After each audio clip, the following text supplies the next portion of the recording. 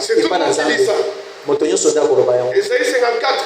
Ils seront tous enseignés par Dieu. Mais il dit, qu'est-ce que signifie être enseigné par Dieu?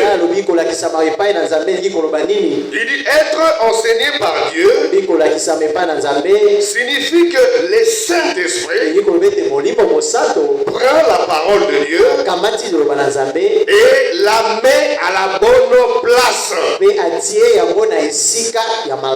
dans les contextes d'accomplissement duquel elle appartient. C'est-à-dire, c'est aujourd'hui de Dieu. La parole prophétique. C'est uniquement dans ces cas-là qu'on peut dire que nous sommes enseignés de Dieu. Donc ailleurs, les gens ne sont pas enseignés de Dieu. Amen. Amen. Alors, il a également expliqué une chose que j'ai beaucoup appréciée. Il a montré l'importance de recevoir un envoyé. Lorsque vous recevez un envoyé, parce que l'envoyé de Dieu dit les paroles de Dieu. C'est lorsque vous recevez un envoyé de Dieu, c'est alors que vous êtes enseigné. Parce qu'il va classer la parole de la bonne manière. Alors il prend l'exemple ici, nous allons lire ça. Dans Actes chapitre 1er.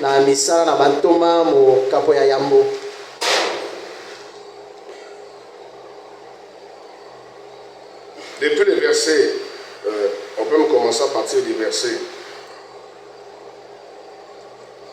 10. Un frère peut nous lire ça avec la version Louis II.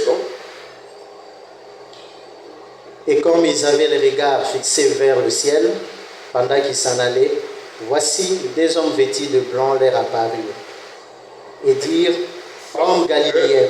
Commencez à partir du verset 18. Ok, verset 18. Cet homme, ayant acquis un champ avec le salaire du crime, c'est ça, est tombé, s'est rompu par le milieu du corps, et toutes ses entrailles se sont répandues. Amen. Allez jusqu'au verset 20. La chose a été si connue de tous les habitants de Jérusalem que ce champ a été appelé dans leur langue Akeldama, c'est-à-dire champ du sang. Or, il est écrit dans le livre des psaumes que sa demeure devienne déserte et que personne ne l'habite. Voilà. Et que notre prenne sa charge. Amen. Alors il explique ceci. Dans Acte 1er ici au verset 20. Car il est écrit dans les livres des psaumes que sa demeure soit déserte et qu'il n'y ait personne qui y habite et que notre personne prenne sa charge de surveillant. Ça c'est avec la version Darby. Alors il dit ces versets ici, ça concerne Judas. Mais lorsque Pierre disait ça, il était difficile de comprendre que ça concernait Judas. Mais puisque Pierre était un envoyé de Dieu et qu'il avait la révélation, il a su que ces versets ici, ça parlait de Judas. Parce qu'il a évoqué David dans les psaumes. Alors au lieu que les scribes viennent lui poser la question pour lui dire, montre-nous là où on parle de ça dans les psaumes. Et ils n'ont pas posé la question. Mais là il dit, lorsque nous lisons ces versets dans les psaumes, c'est difficile de comprendre que ces versets parlent de Judas. Nous allons lire dans les psaumes 69, le verset 23. On va lire du verset 23 au verset 29. J'aimerais qu'on me lise aussi avec Louis II. Psaume 69, depuis les versets verset 23. Que leur table soit pour eux un piège, un filet au sein de leur sécurité. Que leurs yeux s'obscurcissent et ne voient plus. Et fait continuellement chanceler leurs bras. Répands sur eux ta colère et que ton ardente fureur les atteigne. Que leur demeure soit dévastée et qu'il n'y ait plus d'habitants dans leur tente. Amen. On peut s'arrêter là. Dans Acte, on a écrit que sa demeure au singulier. Mais ici dans le psaume, on a écrit que leur demeure. Alors si tu n'as pas l'esprit de Dieu, tu ne peux pas savoir que ce verset concerne Judas. Parce que dans Acte, on a parlé au singulier. Mais ici dans le psaume, on a parlé au pluriel. On dit que l'heure demeure. Alors il faut l'esprit de Dieu, il faut la révélation pour comprendre que ce verset parle de Judas. Alors il dit ici on parle au pluriel. Il dit c'est parce que ce verset concerne Judas et toutes les personnes qui vont se comporter comme Judas. Amen. Amen. Donc il faut la révélation. Il faut que vous receviez un envoyé de Dieu pour comprendre et sonder les Écritures. Parce que la parole de Dieu vient au prophète. Et si tu n'as pas reçu un prophète, tu ne peux pas dire que tu as reçu le Seigneur. Amen. Amen. Il dit également ceci, j'ai beaucoup aussi apprécié. Il dit pour avoir les oreilles. Parce que dans l'Apocalypse, il est écrit que celui qui a des oreilles entende ce que l'Esprit dit aux églises. Mais il dit pour écouter, il faut avoir des oreilles. Amen. Amen. Et il faut que ces oreilles-là puissent être ouvertes. Mais là il dit les gens qui ont des oreilles qui entendent, c'est uniquement ceux qui écoutent les aujourd'hui. C'est uniquement ceux qui écoutent la parole prophétique. Donc si vous n'écoutez pas la parole prophétique, on ne peut pas dire que vous avez des oreilles qui attendent. On ne peut pas dire que vous écoutez ce que l'Esprit dit aux églises. Et frère Franck a exposé tout ça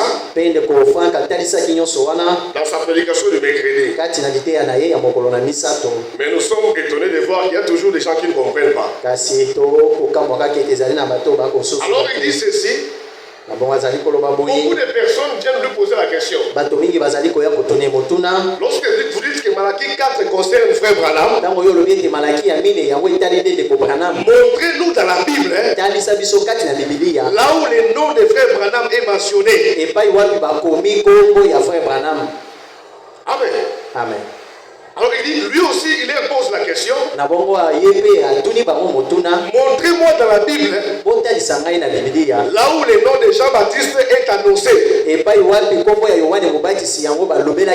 où c'est écrit clairement qu'il s'agit de Jean-Baptiste.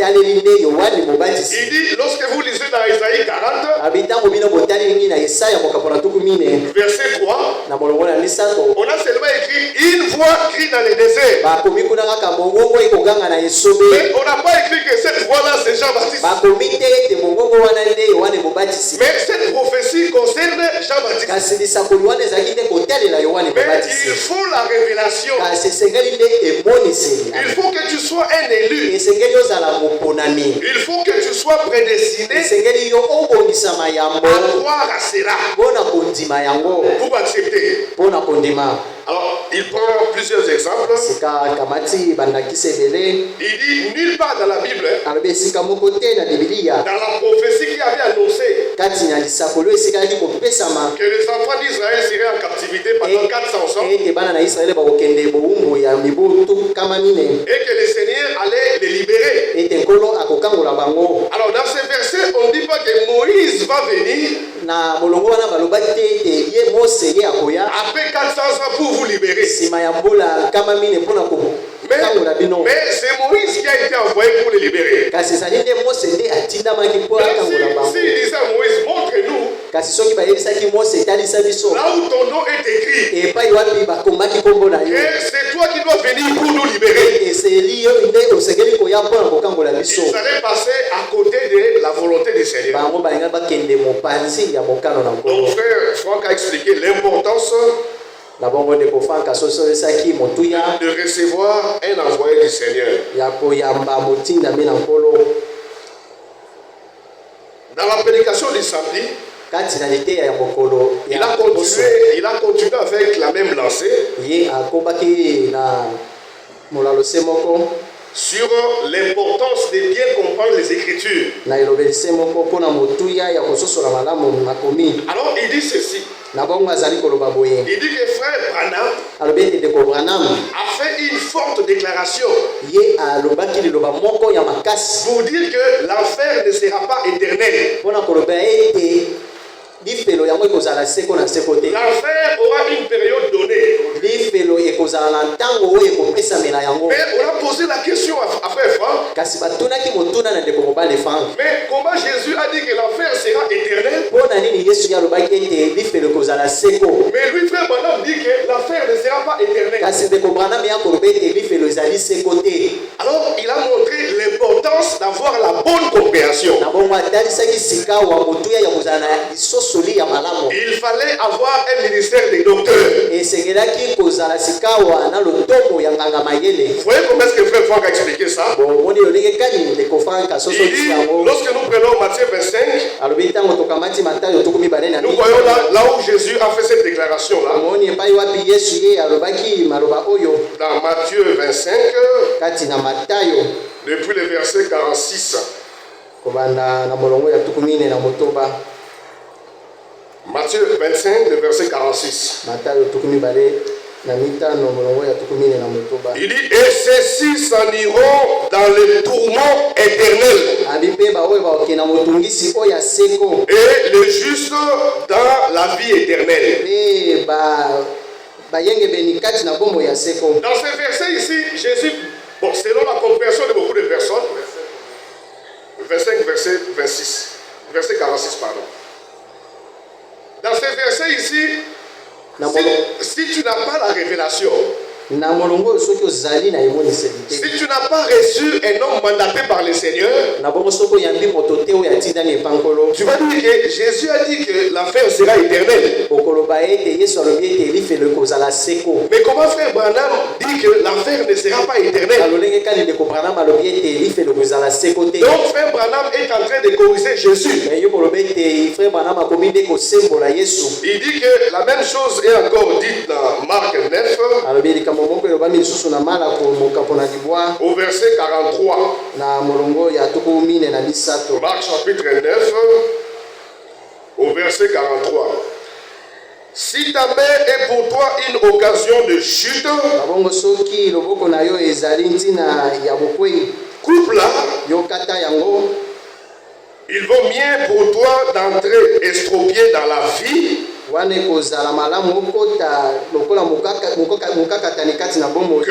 d'avoir le deux mains et d'aller dans la guerre,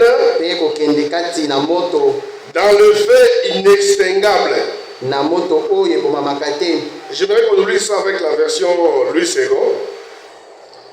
Marc chapitre 9, depuis le verset 43, on lit jusqu'au verset 45. Si ta main est pour toi une occasion de chute, coupe-la. Mieux vaut pour toi entrer manchot dans la vie que d'avoir les deux mains et d'aller dans la guerre, dans le fait qui ne s'était point. Si ton pied est pour toi une occasion de chute, coupe-le. Mieux vaut pour toi entrer boiteux dans la vie et d'avoir les deux pieds et d'entrer jeté dans la guerre, dans le feu qui ne s'éteint point. Amen. Donc là-bas, on montre que le feu ne va pas s'éteindre. Et plusieurs personnes pensent que l'enfer sera éternel. Mais lorsque vous recevez un homme mandaté, alors il dit pour comprendre ces versets ici, il faut lire dans Ésaïe 66, le verset 22. Il dit, c'est passage ici, ça concerne ce qui va se passer pendant les milléniums. Pour ceux qui seront ici sur la terre. Nous allons lire ça, Ésaïe 66. Donc, Ésaïe 66, depuis le verset 22. Il dit ceci.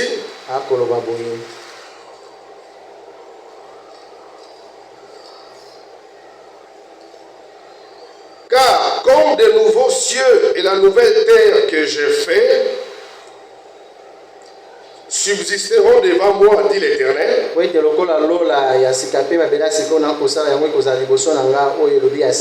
Ainsi subsisteront votre sémence et votre nom. Et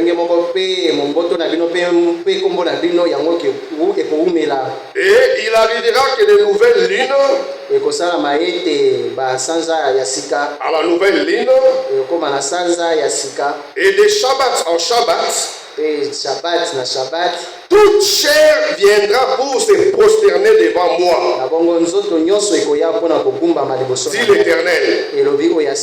Et ils sortiront et verront des cadavres des hommes qui se sont rebellés contre moi, car leur fer ne mourra pas et leur feu ne s'éteindra pas.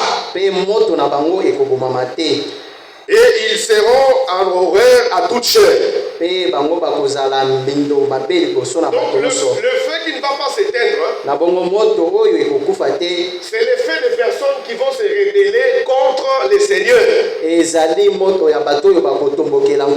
qui seront détruits par le Seigneur dans la Jérusalem terrestre pendant les milléniums.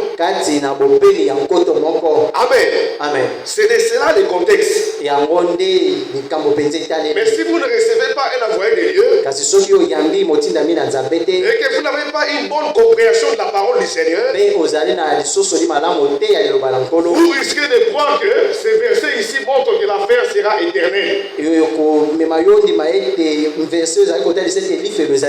frère Branham a contredit Jésus. Alors frère Franck, il dit ceci. Il dit que les mots éternels dans la Bible est cité autour de 17 fois.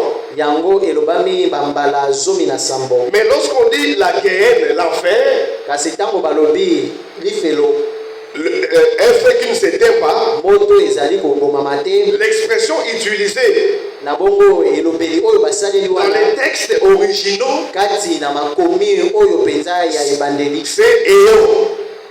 Éon. Alors Éon signifie que c'est une chose qui va prendre une période. Ça va commencer un moment et ça prendra fin. Amen. Amen.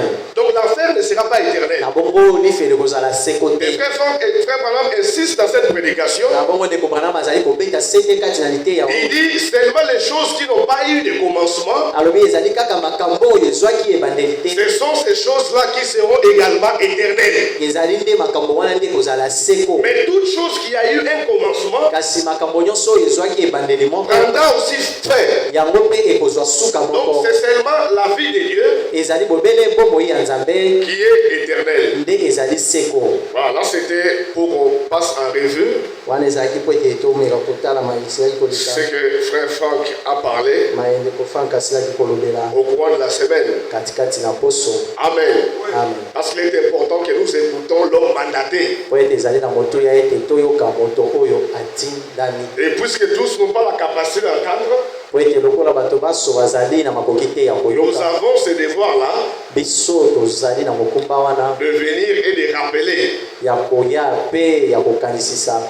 de résumer ce qui a été annoncé par les frères Franck. Nous avons considéré l'écriture qui a été donnée par les frères dans Romains chapitre 12. Romains chapitre 12. Depuis le verset 1er. Je vous exhorte donc, frères, par les compassions de Dieu, à présenter vos corps en sacrifice vivant, saint, agréable à Dieu, ce qui est votre service intelligent. Ne vous conformez pas à ce siècle, mais soyez transformés par le renouvellement de votre vie, par le renouvellement de votre entendement, pour que vous discerniez quelle est la volonté de Dieu, bonne et agréable et parfaite. Amen. Amen. Donc ici on demande d'être transformé. Dans la prédication de frère Branham, la puissance de la transformation, il dit que la chose qui nous transforme, c'est la parole de Dieu. Amen. Amen. C'est lorsque la parole de Dieu prend place en nous, lorsque nous la croyons, c'est alors que nous sommes transformés. Mais il s'agit de quelle parole? Il s'agit de quelle parole qui transforme? Cette parole qui vous donne une nouvelle nature. Cette parole qui renouvelle votre intelligence. C'est la parole prophétique. Amen. Amen. Parce que c'est la parole prophétique qui vous permet de naître de nouveau. C'est lorsque vous recevez cette parole-là et que vous naissez de nouveau, vous devenez une nouvelle créature et votre intelligence a été transformée. C'est alors que Christ habite en vous. Et Christ commence maintenant à contrôler tous vos sens. Les 5 sens du corps et les 5 sens de l'esprit. Mais il faut que Christ prenne place dans votre vie. Il faut que Christ puisse habiter en vous. La parole promise. Nous avons dit ce que frère Branham dit par rapport à ça. Dans la prédication, la puissance de la transformation. Au paragraphe 52. La puissance de la transformation. Au paragraphe 52. Il dit maintenant. C'est pour cela que nous sommes ici. Amen. C'est pour cela que nous sommes ici. C'est pour que nous soyons transformés par la parole prophétique. Il dit, c'est mon message. Ça a toujours été la parole de Dieu. Nous devons y tenir sans égard aux autres choses qui arrivent. Nous devons nous tenir à la parole sans égard aux autres choses qui arrivent. Il dit, restez toujours avec cette parole. Sondez-vous toujours pour voir si vos motifs et vos objectifs sont selon la parole de Dieu. La voie pour être transformé. Et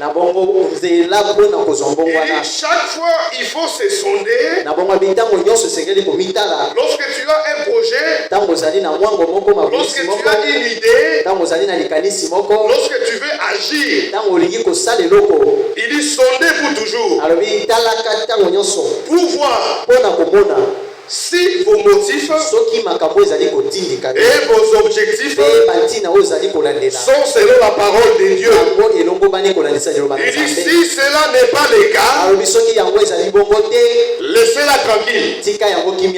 Donc si cela n'est pas le cas, abandonnez vos projets là. Abandonnez votre façon de voir. Si ce n'est pas conforme à la parole de Dieu. Il dit mais si cela s'aligne avec la parole, alors vous tenez. Parce que cela s'aligne avec la parole. Alors il dit, il faut que pour cela, pour que l'église puisse être transformée, il dit, il faut que l'église devienne l'épouse. Amen. Il dit, si l'église ne devient pas une épouse, il ne pourra pas être transformé.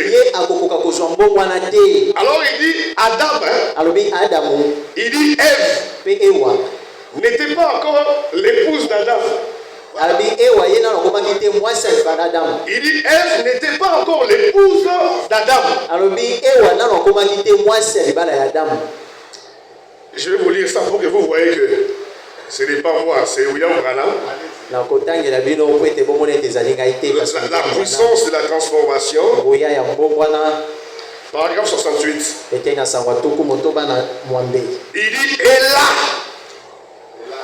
il a placé son fils Adam. Il dit l'épouse d'Adam. Il a placé son fils Adam et l'épouse d'Adam. Maintenant il corrige, il dit la femme, pas l'épouse. Il dit maintenant, vous pourriez dire c'était sa femme. Maintenant il dit potentiellement c'était sa femme. Mais cependant elle n'avait jamais été réellement sa femme. Pourquoi? Parce qu'il ne l'avait pas encore connue. Il dit comme nous les trouvons dans les Écritures, là où il est écrit, Joseph fils de David, ne crains pas de prendre pour toi Marie ta femme, car l'enfant qu'elle a conçu est du Saint-Esprit. Vous voyez? Maintenant, c'était sa femme. Quand il a fait la promesse de l'épouser ou de la voir, Cependant, ce n'était pas encore sa femme. Ce n'était pas encore son épouse. Car il ne l'avait pas encore connue. Alors pour que l'église puisse être transformée, il faut que le Seigneur y dépose sa sémence. Amen. Que l'église devienne son épouse. Que nous puissions naître de nouveau. C'est lorsque nous naissions de nouveau et que la parole sémence est déposée dans nos cœurs. C'est alors que nos vies peuvent être transformées. Amen. Mais là, frère Franck explique. Il dit si Christ est en vous. Amen. Et que vous demeurez en lui. Il dit demandez ce que vous voulez. Et cela vous sera accordé. Mais Christ est là. C'est la parole promise. Amen. C'est frère Franck qui le dit. La condition pour que la parole de Christ demeure en vous, pour que Christ puisse demeurer en vous, et que vous demeurez en lui, et que vous ayez les droits de lui demander tout ce que vous voulez. Il dit il faut que la parole promise soit en vous. Et vous la croyez. Il dit lorsque la parole promise est en vous, il dit vous aussi, vous entrez dans la parole promise là. Parce que vous devenez une partie de ça. Il dit pourquoi? Il dit parce que vous allez prendre part à l'accomplissement de cette promesse. Alors il dit ceci. Il dit que frère Branham avait l'habitude de dire que Christ doit souffrir. Il dit tant que cela était une parole, ça ne pouvait rien faire. Mais Christ doit souffrir. Ce sont les gens qui ont cru à la parole des promesses et qui deviennent eux-mêmes une partie de cette parole-là. Ils doivent passer par les différents tourments pour que Dieu puisse les tailler, pour que Dieu puisse les transformer. Il dit enfin pour qu'ils soient des hommes faits. Amen. Nous allons dire ce que frère Franck dit ici. Pour que vous voyez que c'est lui qui dit. Il dit ceci. Dans la lettre 32. Frère Franck. Pour ceux qui ont ça. La lettre 32 de frère Franck. À la première page, je suis à la 5e et 6e paragraphe. Il dit ceci. La foi en la parole de promesse nous donne droit à l'héritage. En rapport avec l'héritage, il est dit dans Galates 3:18, c'est par la promesse que Dieu a fait à Abraham ces dons de grâce. Donc la promesse c'est aussi un don de grâce. Amen. C'est par la promesse que Dieu a fait à Abraham ces dons de grâce. Il dit, nous lisons dans Ephésiens 2 verset 8, c'est par la grâce que vous êtes sauvés. C'est toujours un rapport avec la promesse. Mais là, écoutez ce que frère Franck dit ici. Il dit, il s'agit toujours de l'action réciproque de promesses et de leur accomplissement. Il dit ceci, seul celui à qui Christ se trouve peut peut également être en lui. Amen. Seul celui en qui Christ se trouve peut aussi être en lui. La parole prophétique. Là, il dit ceci. Seul celui en qui se trouve la parole promise peut se trouver en la parole promise. Donc si la parole promise se trouve en vous, il dit vous aussi, vous vous trouvez à cette parole-là. Et à ce moment-là, demandez ce que vous voulez et cela vous sera accordé. Et c'est même ça la condition pour que vous soyez transformés. C'est que vous deveniez réellement son épouse. Et que Dieu lui-même fasse son habitation en vous. Amen. Amen. Alors il dit ceci. Il dit Dieu a fait la promesse qu'il va l'accomplir. Il dit peu importe ce que les gens disent, peu importe ce que les gens pensent, la puissance de la transformation, paragraphe 64, il dit et Dieu va avoir une église. Peu importe combien d'âges sombres nous traversons, Dieu a fait la promesse. Peu importe combien d'âges sombres nous traversons, et quoi de plus, il va avoir une église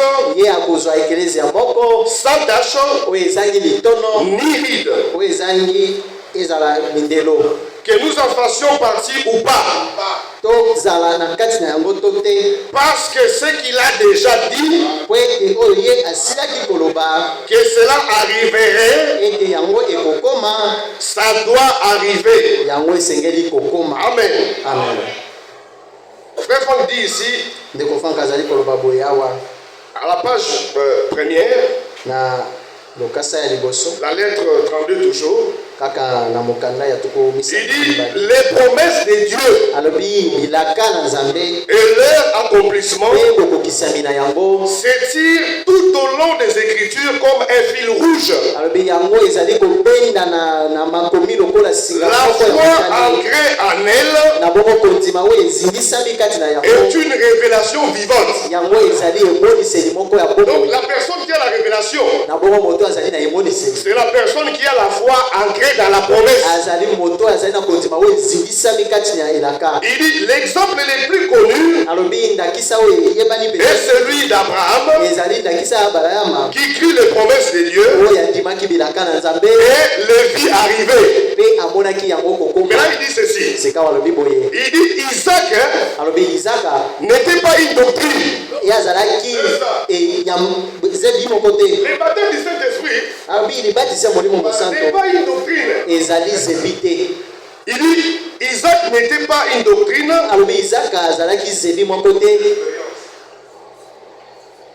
Il n'était pas une interprétation.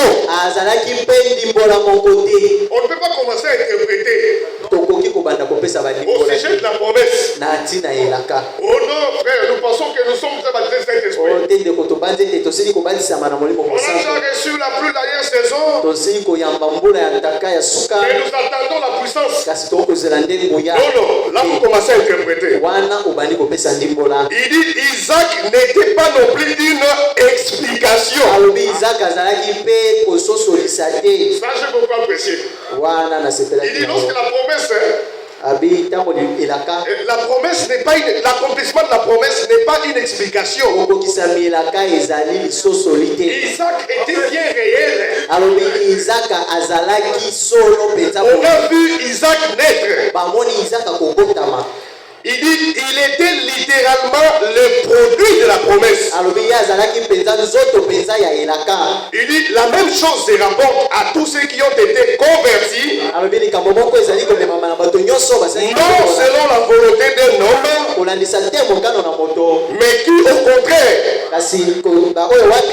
ont expérimenté leur nouvelle naissance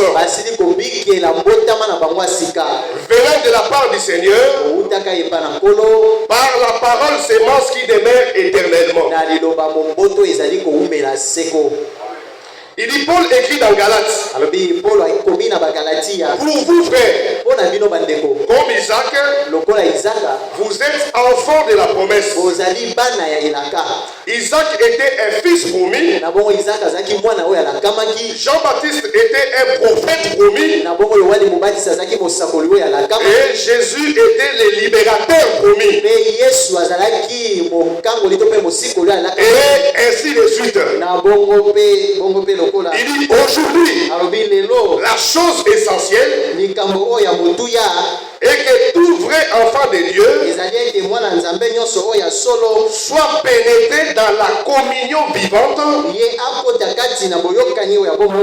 personnelle avec Dieu, et qui l'amène à demander quelle est sa volonté et quelles sont ses voies, et qui en même temps le porte à être tout prêt à faire sa volonté. C'est ça les moyens pour que nous puissions être transformés. Il dit Abraham est pour nous un grand exemple. Pour arriver au lieu que le Seigneur voulait lui montrer. Il dit personne ne pouvait le retenir. Aujourd'hui, la sémence d'Abraham, la sémence spirituelle d'Abraham se conformera à l'appel de Dieu.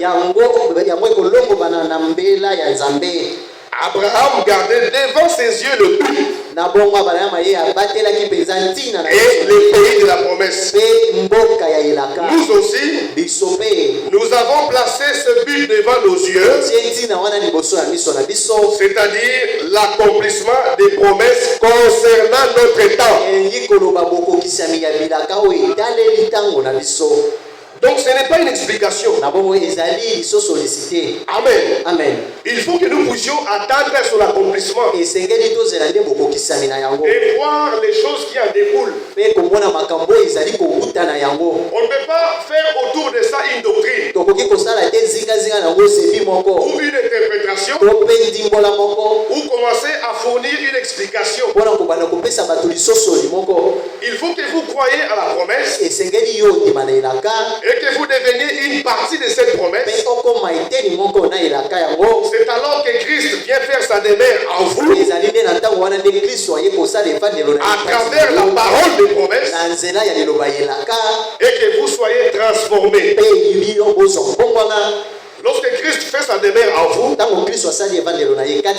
madame dit, il doit pouvoir contrôler tous les 5 sens du corps. Et même celle de l'esprit. Votre raisonnement doit être conforme à la parole.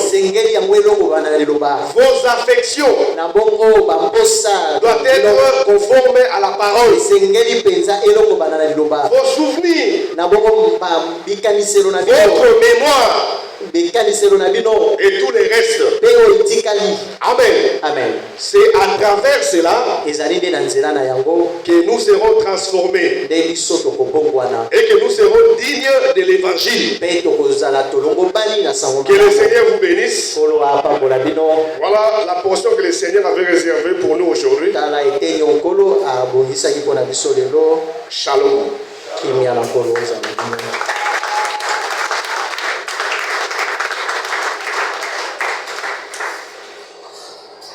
Très précis. Que le Seigneur vous bénisse. La puissance de la transformation. Nous allons prier. Nous allons nous tenir debout. Chacun parle au Seigneur. Ceux qui dormaient, je ne sais pas, ils vont prier comment. Parce qu'on prie selon l'écoute de la parole. La manière dont tu as écouté, c'est là que tu vas orienter la prière. Chacun a écouté selon Dieu a parlé. Frère Franck a dit que Dieu parle et que chacun reçoit de sa manière.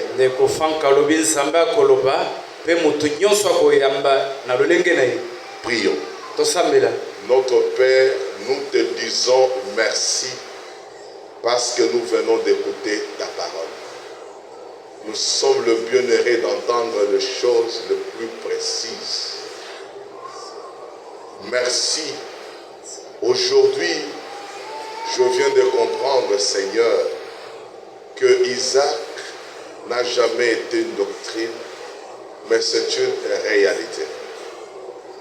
Seigneur, nous aussi, nous devons être des réalités divines par la promesse que nous écoutions en ce jour, que nous avions reçue. Parce que nous devenons une réalité, Père, nous te serons agréables. Mais cette transformation, nous les subissons, c'est au moment que la sémence de la parole, Seigneur, pénètre en nous. C'est pourquoi je te demande, je suis un homme, ouvre mon âme, mon cœur, Seigneur, afin que la sémence trouve la place. Parce que tu nous as montré la différence car une femme et l'épouse. La femme, c'est celle qui n'a pas encore reçu la sémence, mais l'épouse, c'est celle qui a la sémence de son mari en elle. C'est pourquoi Dieu, nous ne pouvons pas naître de nouveau par le mécanisme. Nous naissons de nouveau, Seigneur. Ce n'est pas une réalité de la sémence qui est en nous qui doit se produire. Merci notre Père, aide-moi. J'étais loin de ces choses, mais aujourd'hui tu m'as rapproché près de cette parole. J'ai besoin de la vivre, Dieu, parce que le temps nous presse. Aujourd'hui, nous attendons la réalité. Nous voulons être une réalité spirituelle, divine pour ce jour. C'est pourquoi, Père, toi qui as parlé, pénètre dans le cœur de tout un chacun, que tu nous aides, Seigneur, afin que notre adoration soit spirituelle. Bénis le frère qui nous a parlé, Seigneur. Que tu loues encore, Seigneur, parce qu'il a encore des choses à nous dire pour cette semaine qui commence aujourd'hui. Que tu loues davantage. Merci, parce que c'est toi qui lui as mis ça au cœur et nous l'avons reçu. Je peux dire aussi, je suis parmi de ceux qui ont entendu, écouter son aujourd'hui. Aujourd'hui, si tu entends sa voix, n'endurcissez pas ton cœur. Aujourd'hui, je le vis, Seigneur, parce que la sémence de la parole qui me permet à me transformer, à être renouvelé, est entrée. Merci de tout ce que tu as fait pour nous. Délivre-nous de ce siècle présent. Délivre-nous de ce que nous voyons, Seigneur. Délivre-nous de ce que le Dieu de ce monde a planté. Nous voulons être loin, mais nous voulons totalement être attachés à toi, à ta parole. Merci. Nous te le prions au nom de Jésus-Christ. Amen. On va se souvenir d'une sœur qui est malade encore à l'hôpital, la sœur Gracia. Elle est toujours à l'hôpital. L'hôpital se trouve du côté de Rond-Point Ngaba. Le diacre Yona est là, il va nous donner l'adresse pour que vous y arrivez.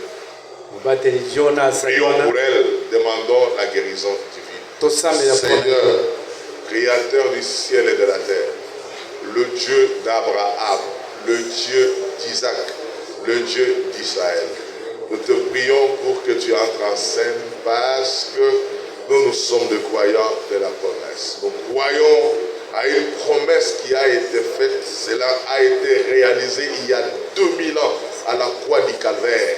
C'était par te mettre sûr, nous sommes guéris. Seigneur, tu as été maîtrisé. Mais aujourd'hui, nous réclamons juste cette guérison parce que c'est notre héritage. C'est pourquoi nous réclamons la guérison pour la sœur Gracia à l'hôpital. Agis, Seigneur, qu'elle sorte de l'hôpital parce que l'hôpital, ce n'est pas un endroit favorable, endroit, c'est ici pour écouter la parole. Que tu l'aides, qu'elle soit en bonne santé, que le démon de la maladie la quitte au nom de Jésus-Christ. Souviens-toi à tous les autres malades, que la grande bénédiction et la paix soient avec nous, au nom du Seigneur Jésus-Christ. Amen.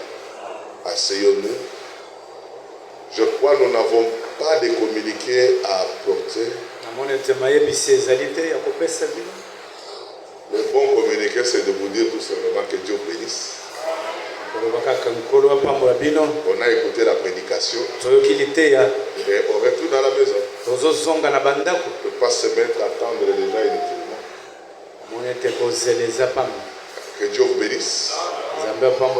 Qui était content de la parole aujourd'hui? Qui a cru la parole? Si vous avez cru cette vérité, venez, on vous conduit aux eaux de baptême. Ne venez pas dans les baptêmes comme quelqu'un qui ne connaît rien. D'abord, il faut écouter et croire la parole. Comprendre la parole. Maintenant, on va vous conduire dans les eaux. Que Dieu bénisse. On va retourner à la maison. Pendant qu'on chante, j'invite Frère Théo, venez un peu prier. Venez prier, congédier l'assemblée. Après, nous allons retourner à la maison.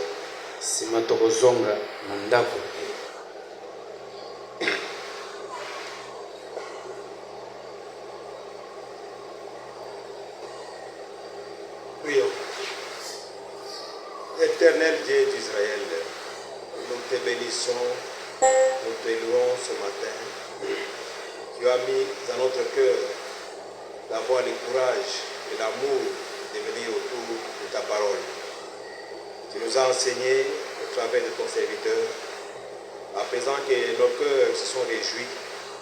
Nous voulions te demander des bénédictions, mon Dieu, mon roi. Apporte-nous ce dont nous avons besoin dans nos vies. Nourriture, santé, prospérité, car sur cette terre, Seigneur, où il y a des tourments, nous en avons besoin pour ne pas être clochabisés par-ci par-là. Mon Dieu, mon roi, donne la joie à tout le monde, donne la jouissance à tout le monde, que chacun rentre dans sa maison en paix, sans accident, sans incident. Nous avons ainsi prié dans le nom de notre Seigneur Sauveur Jésus-Christ. Amen. Amen. Voilà, on chante, après on va vous faire signe de sortir.